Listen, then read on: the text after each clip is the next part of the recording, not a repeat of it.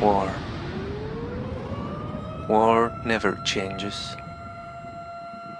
When you're told what to think and reject that which you're told, you're left with less certainty of thought, from which it follows you learn to recognize that which you reject, and reject it with increasing proficiency.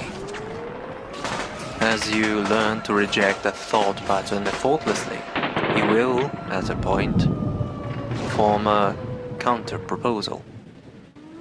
You will build that counter-proposal of yours in a manner that it will become solid, and you will have known your path to it. As soon as you come to conclusions of your own, which stand in stark contrast to that which you learned to reject, you likely fire back.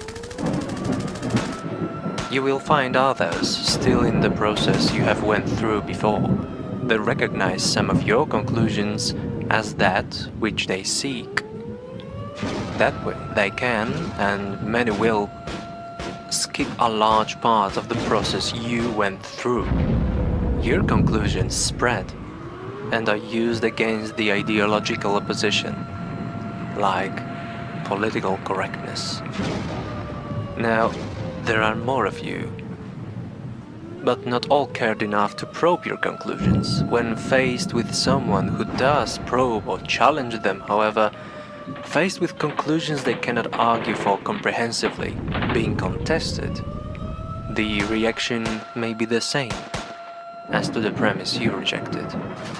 It stands to torture incomplete logic that since your position was built out of the opposition to PC, opposing your position comes from PC. That way, your manner of arriving at a given conclusion becomes another canon, juxtaposed to the one you rejected in the first place. PC and Alt-PC. One correctness opposed to another, identifying each other as incorrect. Sides, thus defined by opposition to one another, eventually wind up in skirmish. Take war and dilute it down to cyberspace flame. War?